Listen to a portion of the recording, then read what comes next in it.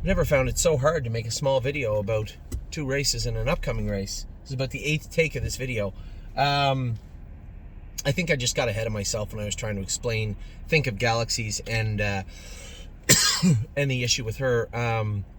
So this is, she finished 4th the one day. We got parked to the quarter in 25 and 4 at the Meadows. She raced poor at Dayton, poor last week, and poor this week. So we scoped her at Dayton. There was no blood found, 0. We're probably going to scope her tomorrow morning. We can't tonight. That's the only downfall of the entire setup at Northfield, is that there's no scope at the races. It's a problem. So we'll scope Galaxies tomorrow, see how she looks, see how her airway looks, and if there's any flecks of blood or anything in there. But man, it's been 0, not even a drop the entire time we raced her. So I don't know. She could be a little tired. I'd referenced this in one of your videos that I'd done today. Could be a little tired. Her 21st start tonight. In the entire year last year, she had 21 starts. It's not even November and she's got 21 already this year. A big, strong filly like her, mare like her, should be able to go through that, but who knows? As the summer gets into the fall, who knows what horses do. So she could be a little tired. Either way, it's not lameness, not soreness in any way. She steered about as well as I remember her steering. So what to do with Galaxies? Pretty simple. Either turn her out or put her on Lasix, I think. And I just don't want to put her on Lasix because it looks like she bled. I want to know. So tomorrow we'll scope her. We'll draw her blood. One or the other or both. One will either verify the other or not, so to speak. If her blood comes back great and there's nothing found in the scope, then we're more apt to just turn her out for a month and bring her back in. If, for those of you that are horsemen that know this, or bilirubin's up a little bit, maybe it's an indicator that there might be something there. Platelets are sometimes low. When horses bleed, these are the types of things that you see.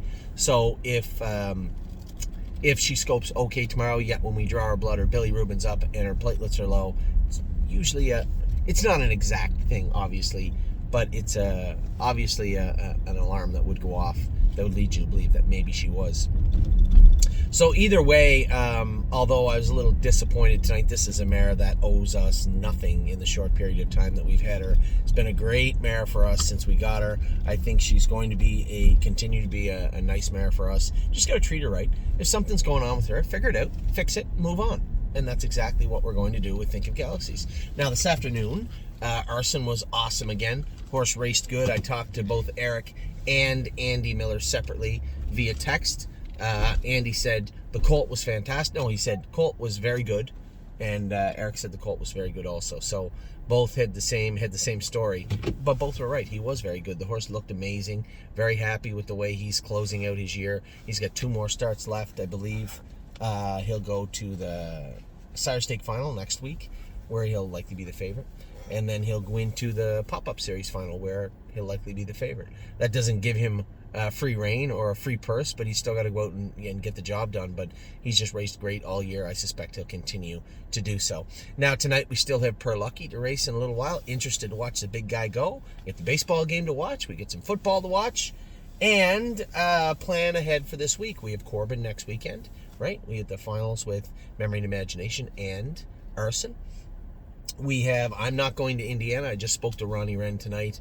I want to connect with Ron Burke again, just to make sure he can take Spitfire overseas down to Indiana, race him down there in the last 2 stakes, which would be I think it's the Pegasus and the Carl Erskine, and then that would be it for his stake season. And then we would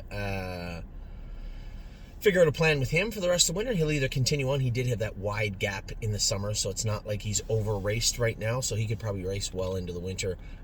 Where does he head? Does he stay at the Meadows? Does he head to the Meadowlands? Does he head to Mohawk? I don't know. And quite frankly, I'll probably have a conversation with Ron Burke at that point as Indiana closes. Do you have room for him at the Meadowlands? Because Ron obviously has a ton of horses and a lot of clients, and he can't make room for our horses over horses that he may own pieces of, or his mainstays own pieces of. So that's a conversation that I'll have with him at some point. Whether he stays at the Meadows, goes to the Meadowlands, or Mohawk, he's going to be a nice horse regardless. And then we have Swinging Senorita. Also, she has 3 stakes left, I think. The Pegasus, Circle City, the Circle City was the other day. Pegasus and the Crossroads of America, as does Tactical Mounds. So that's the remainder of the stakes for us moving forward, we do have, I guess, Nothing But a Dreamer has the Harvest Series. I'll go over a number of horses this week as we push through into the fall, which horses may be up for sale. I had a video that I made tonight for you. You'll get that tonight or tomorrow, talking about the horses we have in the sale. I have 5 in the Ohio sale coming up next month. We have 3 in Harrisburg, and then a number of those foot soldier types that we always talk about that did make that immediate impact. They did do their job, but did it in such a fashion that they're approaching that saturation point in the purse money and the wins. So they may have to be moved out and into the open market, so to speak, and sold, replaced. Now, the only tricky part about this season is everybody dumps horses onto On Gate and Preferred and in the sales as they're looking to put together capital for the yearling sales. So that's good for us in acquiring our horses, but we have to hold off selling our horses because as that market is diluted, we are going to get probably 60 cents on the dollar for a number of our horses, which I'm not really that interested in at all. So we'll probably hang on to those horses and race them. Hopefully, if they're forced to have to leave. We did sell I Forbid You this week as a broodmare just because I wasn't waiting to draw better and get a softer class and look for a softer field. It was just a tougher group. So if we get in that position with other horses, then we will sell them. But I believe we can manage and maneuver horses around so that they get an opportunity to race in competitive fields straight through the fall into the winter. So that's the plan. A little bit of an added video tonight for you, a conversation about the 2 that raced. Arson was great. Think of Galaxies was not, but we'll get to the bottom of the Galaxies. As I said, the number one takeaway from Think of Galaxies is she was fine after the race. There's certainly no lameness, no soreness to talk about. What you see is what you've always seen with her. There is a power outage. We will get to the bottom of it. It may just be she's a little bit tired, need a little freshening up, which is perfectly fine. As I said before, here's a horse that we haven't had very long, but owes us nothing.